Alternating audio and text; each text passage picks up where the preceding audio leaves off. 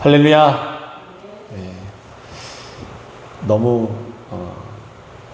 기쁘고 너무 감동적인 밤이 아닌가 그런 생각을 해봅니다. 우리가 무엇이간데 이렇게 나와서 하나님을 찬양하고 또 찬송할 수 있겠습니까? 우리에게 그렇게 할 수 있도록 믿음을 주시고 또 구원자로서 또 주님의 이 몸된 교회를 허락해 주시고 또 이곳에 나와서 이렇게 예배할 수 있도록 해주신 것이 너무나 큰 은혜가 아닌가 저는 그렇게 생각을 해봅니다. 맥체인 성경 읽기를 이렇게 읽어보니까 이제 요한계시록이 다 지나고 이제 마태복음으로 들어가서 오늘 새벽에 마태복음을 봤고요. 아마 마태복음을 보시면서 그런 개관 없이 한 번도 이제 들어보신 적이 없으신 분들이 계실 거예요. 그래서 마태복음을 읽어 나가는데 매우 유용하지 않았을까라는 생각이 들고 또 계속해서 한 장 한 장마다 예수 그리스도를 어떻게 소개하고 예수님의 그 행적은 무엇인지 살펴보는 것도 매우 도움이 되리라고 여겨집니다. 그 시편과 그리고 이사야 말씀 또 이렇게 보고 있는 가운데 있는데 신명기에서 말씀과 함께 우리가 새벽에 우리 보지는 않았지만은 오늘 맥체인 성경 읽기에 시편 117편과 118편 이렇게 나와 있어요.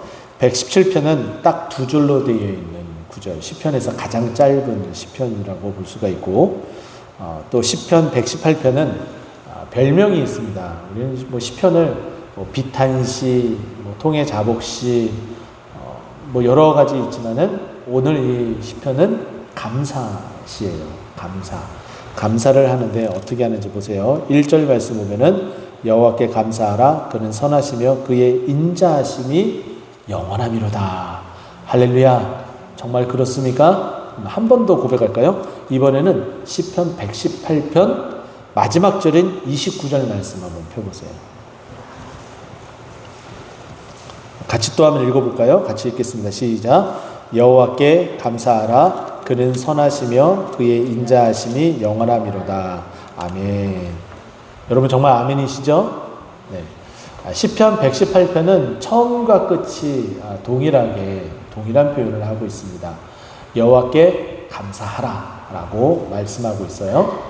그 이유는 무엇인지 우리에게 소개를 해주고 있는데 하나님은 선하시기 때문에 이 선하다는 표현은 그냥 매우 간단한 영어로 표현하면 좋다라고 여러분 생각. 하나님은 좋으신 하나님이세요. 정말이죠? 그죠? 하나님은 정말 좋으신 하나님이세요. 그래서 그 하나님께 우리가 감사할 수 있는 거죠. 또 그 인자하심이 영원함이로다. 이 인자하심이라는 이 표현이 성경에서 많이 나오고 있습니다. 근데 이것을 이렇게 각 단어마다 다 분리해서 이렇게 설명하는 것보다도 우리가 조금 더 이해를 더 쉽게 하는 편이 더 나을 것 같다는 생각이 저는 들어요.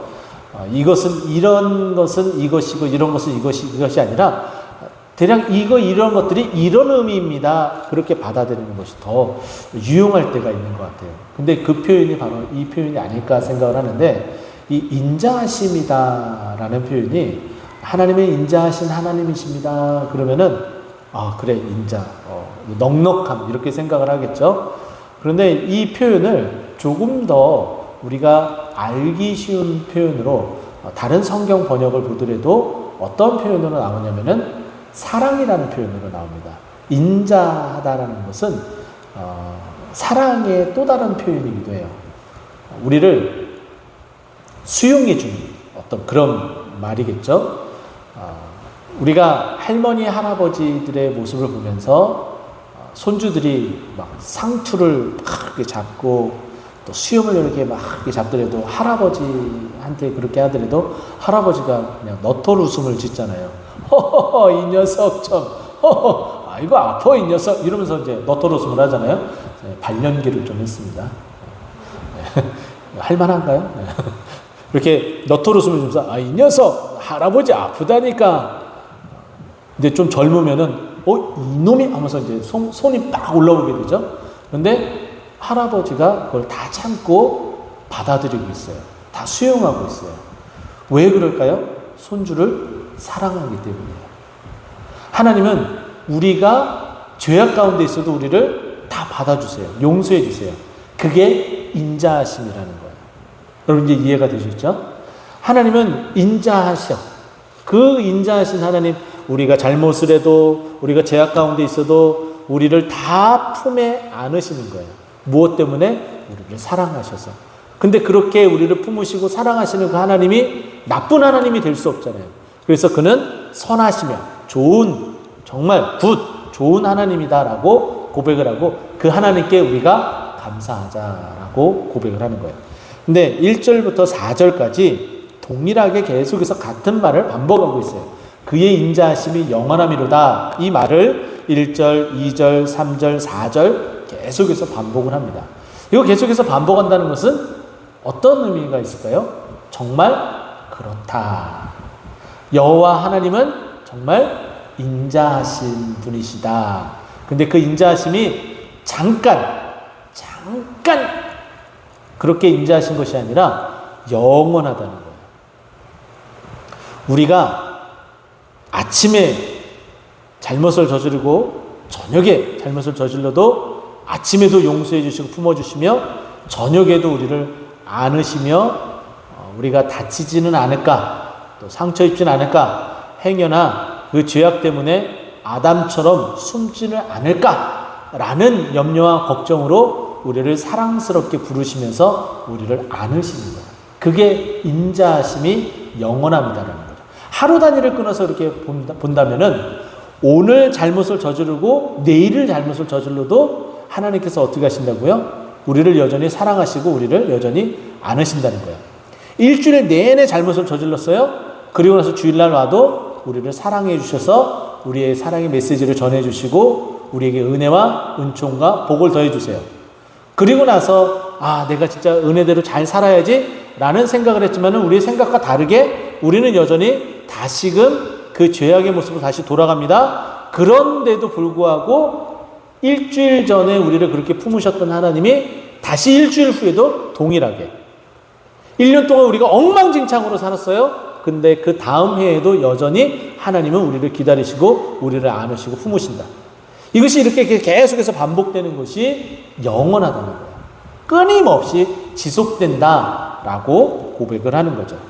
그렇게 여호와 하나님께 감사하자. 그는 인자하시고 인자하심이 영원하심이기 때문에 감사하자. 그 인자하심의 내용이 도대체 뭔지 우리가 알아야 되잖아요. 시편 기자는 지금 그 얘기를 하지 않았어요. 근데 오늘 이 시편 기자가 시편 118편을 통해서 그 인자하심이 무엇인지 구체적으로 몇 가지를 우리에게 소개해 주고 있어요. 그것을 함께 나누고 우리도 그와 같은 상황 가운데 하나님 앞에 하나님 시편 기자가 이렇게 고백했을 때에 이런 상황 가운데 있을 때에 부르짖을 때에 인자하심이 영원하심으로 하나님 응답해 주셨던 것처럼 우리에게도 응답해 주세요. 동일한 기도의 모범 이렇게 딱 텍스트 교과서처럼 되어질 수 있는 거죠. 자, 그러면 그 내용을 한번 보겠습니다. 5절이죠. 내가 고통 중에 여호와께 부르짖었더니. 하나님의 인자를 베푸실 때는 언제냐? 우리가 잘못할 때도 있지만은 우리를 안으시고 품으실 때는 우리가 힘들어할 때라는 거예요. 이 고통 중에 있다라는 이 표현을 쓰고 있는데 이 히브리어 원어를 찾아보게 되면 메차르라는 단어를 사용하고 있습니다.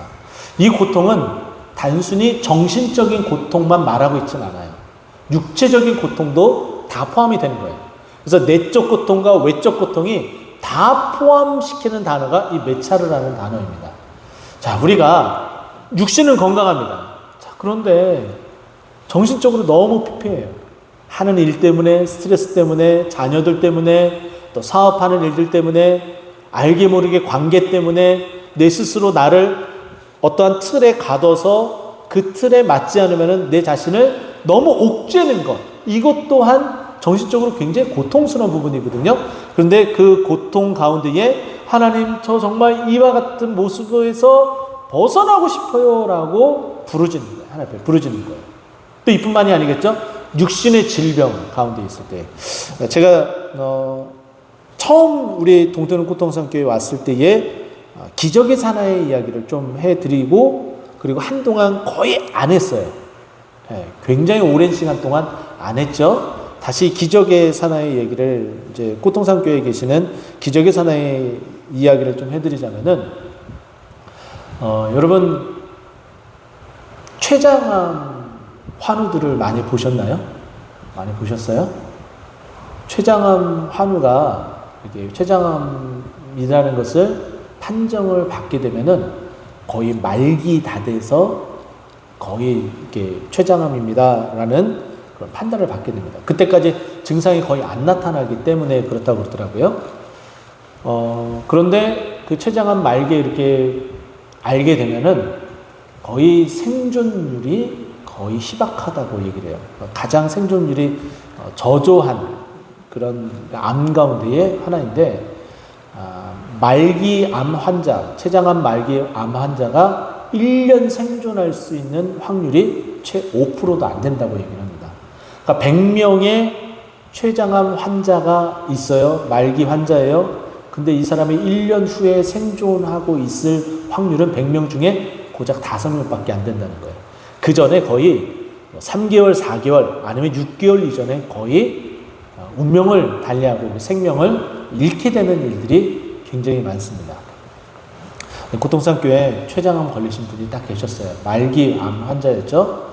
근데 신앙생활을 그렇게 열심히 하시는 분은 아니셨어요. 근데 그 일을 계기로 하나님 앞에 기도하기 시작했어요. 물론 그렇게 기도를 했는데 돌아가신 분도 계시지만은 특별히 하나님께서 그분에게 베푸신 은혜와 은총이라고 볼 수가 있는 거죠. 하나님 앞에 간절히 기도를 했어요. 그리고 좀 줄어들었다는 사인을 받고 수술을 하려고 이제 열었는데 이 암 세포가 좀 좋지 않은 곳에 붙어 있어서 수술을 못하고 다시 덮었습니다.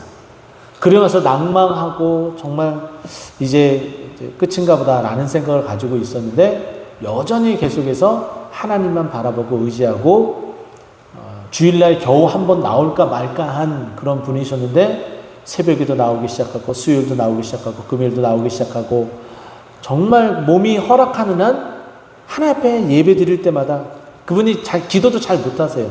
그냥 할 수 있는 거는 그냥 기도 시간에 그냥 그 마음만 가지고 하나님께 올려드리는 그런 기도를 하시는 분이세요. 그렇게 간절하게 이렇게 하셨는데, 지금 벌써 생존하신 지 이제 4년이 지나고 5년째가 다 돼 가세요. 한 3년 정도 지나고 나서 제가 그분한테 이렇게 말씀드렸어요. 이제 집사님, 하나님께서 부르셔서 천국에 가시더라도 췌장암 때문에 돌아가시는 거잖아. 다른 것 때문에 돌아가시는 거예요. 그리고 제가 이제 기적의 사나이라고 말씀을 드렸죠. 하나님께서 기적의 은혜를 베푸셨다라고. 제가 왜 말씀을 드리냐면은 그 고통, 우리가 육신의 질병을 얻으면은 정신적인 고통도 함께 따라옵니다. 하나님이 어찌하여 나를 버리셨나이까? 라는 그런 고백이 저절로 나오기 때문이에요. 근데 그것을 이겨나야죠. 하나님께서 기적을 베푸시기 위한, 또 하나님께서 은혜를 베푸시기 위한 그와 같은 일이죠. 젊은 청년제 중에서도 갑자기 심정지가 와서 가족력이 있었다고 얘기를 해요. 급하게 심장 수술을 하였는데 다 회복하고 나서 집에 돌아와서 제가 신방을 간 적이 있습니다. 신방을 가서 혹시 실례가 되지 않는다면은 제가 일부러 부탁을 드렸어요. 실례가 되지 않는다면은 수술 부위를 잠깐 볼 수 있을까요? 라고 이제 부탁을 드렸죠. 부탁을 드렸더니 여기 가슴, 명치 좀 위쪽부터 시작해서 배꼽 바로 위까지 켈로로이드라고 그러죠. 수술한 흔적이 쫙 있는 거예요. 제가 왜 그 수술 그 흔적을 보여달라고 제가 말씀을 이제 드렸냐면은 그것을 통해서 제가 드리고 싶은 이야기가 있었기 때문이에요. 무엇이냐면은 하나님께서 우리 형제님을 사랑하신 흔적이라고 제가 표현을 했고요. 굉장히 많이 위로를 얻었습니다. 또 뿐만 아니라 제가 이제 설교 중에 그런 이야기들을 했습니다. 특히 우리 교회에 계시는 우리 여성 성도님들이, 여자 성도님들이 혹 정말 암에 걸려서 항암 치료를 하게 되면은 머리가 막 다 빠지게 되잖아요. 그러면 그거에 대한 스트레스도 이만저만이 아닐 거예요. 그죠? 곳곳에 설교를 준비를 하고 매주 사회나 설교를 이렇게 보면서 이렇게 성도님들을 이렇게 돌려다보면은 항암 치료를 받으시면서 또 다 받고 나서 그 후유증으로 인해서 여전히 가채를 이렇게 쓰고 다니시는 분이 계세요. 그러니까 그만큼 자기 자신의 그 모습에 좀 정신적인 스트레스, 고통이 이제 좀 따르고 있는 것이죠. 제가 이제 설교하면서 이런 표현을 제가 썼습니다. 하나님께서 지금 가발을 쓰고 계시는 것은 하나님의 나를 살려주시는 흔적이라고 제가 표현을 했어요. 이 가발 쓴 것이 얼마나 감사한 일이냐. 내 생명을 살려주신 그런 증표를, 나를 살려주신 증표를 우리는 잊고 지내는 사람들은 많은데, 특별히 하나님께서 그것을 기억하고서 살아라 라는 의미 속에 가발을 쓰게 하시고, 또 시간이 지나면은 또 머리카락이 또 나게 하셔서 그 은혜를 더 값지게 만드는 어떤 그런 부분들. 그러니까 그런 거예요. 우리가 이 고통이라는 것은 내적인 고통, 또 외적인 고통, 이 모든 고통들을 하나님 앞에 다 가지고 나와서 부르짖어야 된다는 거죠. 그렇게 되면 어떻게 된다고요? 여호와께서 응답하시고 나를 넓은 곳에 세우셨다.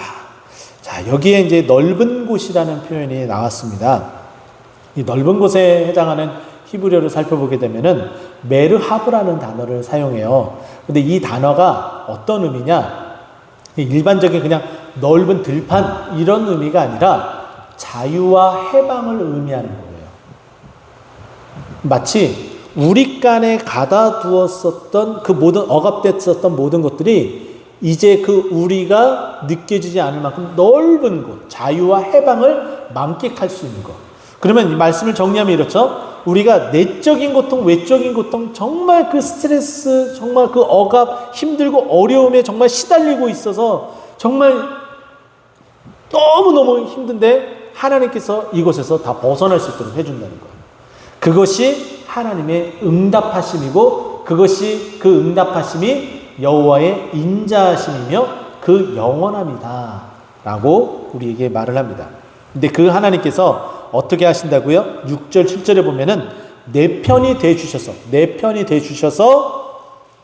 그 모든 것에서 벗어날 수 있도록 해주시는데, 보세요. 하나님께서 그렇게 내 편이 되주셔서 해주시니까 내가 두려워할 필요가 없다라고 이야기를 하고, 또 심지어는 그 고통의 그 원인인 사람들, 그죠? 그 사람들, 이것은 내적인 외적인 고통이 다 해당될 수 있는 그 외부에서 오는 그 사람들의 공격, 어떤 사람들의 어떤 그 잔인한 어떤 말투들, 어떤 그런 것들이 더 이상 내게 아무런 영향이 미쳐지지 않는 거예요. 자유롭게 될 수가 있는 거죠. 그래서 사람이 내게 어찌할까? 어찌할 수가 없는 거예요. 어찌하더라도 나에게 이제 더 이상 영향이 미쳐지지 않는 거예요. 그곳에서 하나님께서 벗어나게 해주셨기 때문에, 그것이 하나님의 인자하심이고 그것이 단회적인 것이 아니라 영원히 그렇게 해주신다는 거죠. 또 7절 말씀 보게 되면은 여호와께서 내 편이 되주셔서 나를 돕는 자 중에 계신다. 여기서 돕는 자들 중에 계신다라는 표현이 하나님께서 우리를 둘러싸 주셨다, 보호막이 되주셨다, 이런 표현이에요. 히브리어로는 아자르라는 이 단어를 통해서 나타나게 되는데, 우리가 알고 있는 돕는 배필할 때 제가 말씀을 드렸던 히브리어 에젤, 그죠? 엘리 에셀 같은 뜻이라고 그랬잖아요. 그래서 여기 나오는 아자르는 그 돕는다라는 이 표현이 둘러싸다라는 의미도 같이 가지고 있어요. 그렇기 때문에 여기 나타나는 하나님이 내 편이 되어 주셔서 나를 둘러싸서 보호해 주신다라고 말씀하고 있는 거죠. 그렇기 때문에 그러므로 나를 미워하는 자들에게서 보응하시는 것을 내게 보리라. 나를 도와주시고 또 나에게 그런 해악을 끼치는 그 자들을 물리쳐 주시기 때문에 그들이 무너지고 꺾어지고 쓰러지는 것을 어떻게 한다고요? 내가 볼 수 있도록 해주신다. 그렇게 하나님이 나에게 인자하심을 베풀어 주신다. 그렇기 때문에 감사해야 된다. 이렇게 시편 기자가 노래를 하고 있는 거예요. 자, 마지막 이제 8절 9절은 이제 5절에서 7절까지 한 단락을 또 묶어서 이야기를 했다면은 이제 8절 9절만 또 따로 묶어서 또 이렇게 이야기해 볼 수가 있습니다. 여호와께 피하는 것이 사람을 신뢰하는 것보다 나으며 또 여호와께 피하는 것이 고관들을 신뢰하는 것보다 낫도다. 동일한 얘기를 하고 있어요. 사람에게 의지하지 말라. 너희가 지금 힘들고 어려운 가운데 고통 가운데 있으면 그것을 인자하심이 영원한 하나님께 그것을 가져가야 된다. 그분은 너의 가장 지지해주는 너의 편이 되어주실 뿐만 아니라 내가 그 모든 환난 가운데에 억압당하지 않도록 공격당하지 않도록 너를 둘러서 보호해 주시고 그리고 사람들조차도 너에게 어떤 말을 할지라도 아무런 영향이 되지 않도록 만들어 주시는 하나님이시지 않느냐. 그 하나님께 피해야지 왜 사람을 의지하고 왜 사람에게 다가가느냐. 5절 내가 고통 중에 여호와께 그렇게 부르짖어라. 사람에게 가지 말아라. 이렇게 말을 하고 있는 겁니다. 자, 우리는 종종 그런 일들을 많이 이제 봅니다. 무슨 일들을 많이 보냐면은 사람을 의지해서 낭패 보는 일들을 참으로 많이 봅니다. 때로는 하나님께서는 사람을 통해서 역사하시기 때문에 그 줄을 어떻게 선택을 하느냐가 매우 중요해요.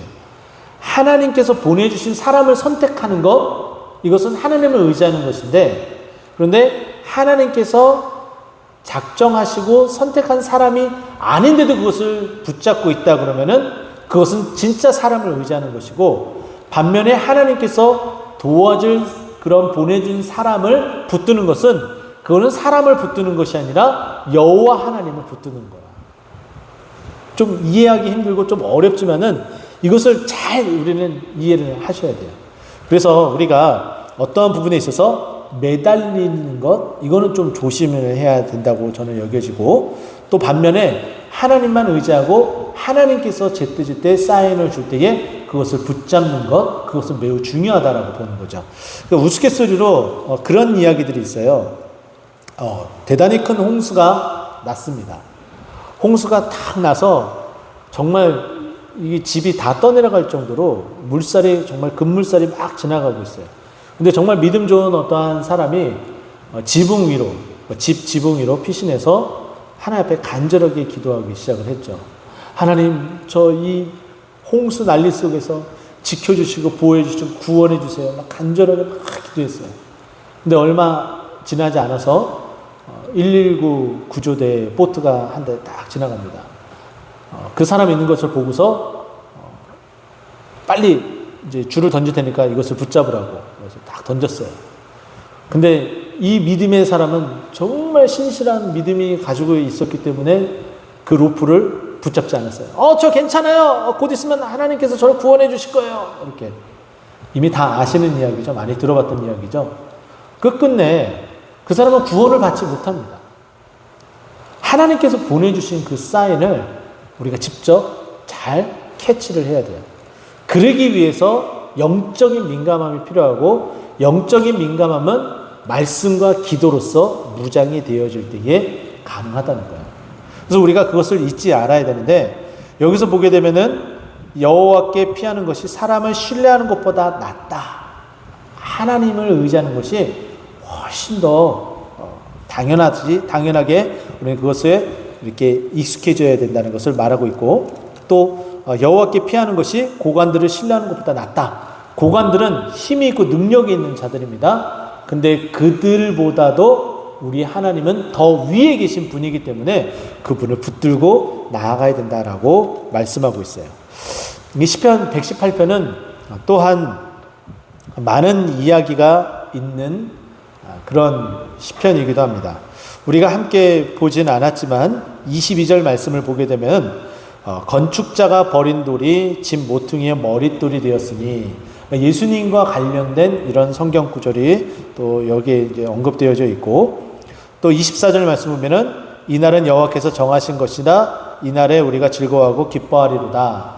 그래서 우리가 수문학 광장 앞에서 이야기했었던 어떤 그런 이야기, 또 이 24절 말씀은 찬양으로 이날은 주가 지으신 주의 날일세, 이런 찬양의 어떤 가사가 기본 베이스가 되는 어떤 그런 구절이기도 합니다. 이렇게 하나님을 찬송하는 또 이 말씀 속에 다른 어떤 것을 의지하지 말아라, 하나님을 의지해라. 그 하나님은 어떤 하나님이다? 인자하신 하나님인데 그 인자하심이 영원한 하나님이다. 그 하나님만 믿고 의지하고 따라가며 그 하나님의 도우심을 받고 그 승리함으로 하나님께 감사하자라는 것이 오늘 시편 기자의 이 내용이고 시편 기자의 외침입니다. 우리 또한 이와 같이 하나님을 찬송하는 것, 또 이렇게 하나님만 의지하는 것, 인자하신 하나님께만 나아가는 것, 그와 같은 삶이 우리의 삶에 차고 넘쳐지기를 간절히 축원드립니다. 기도하겠습니다.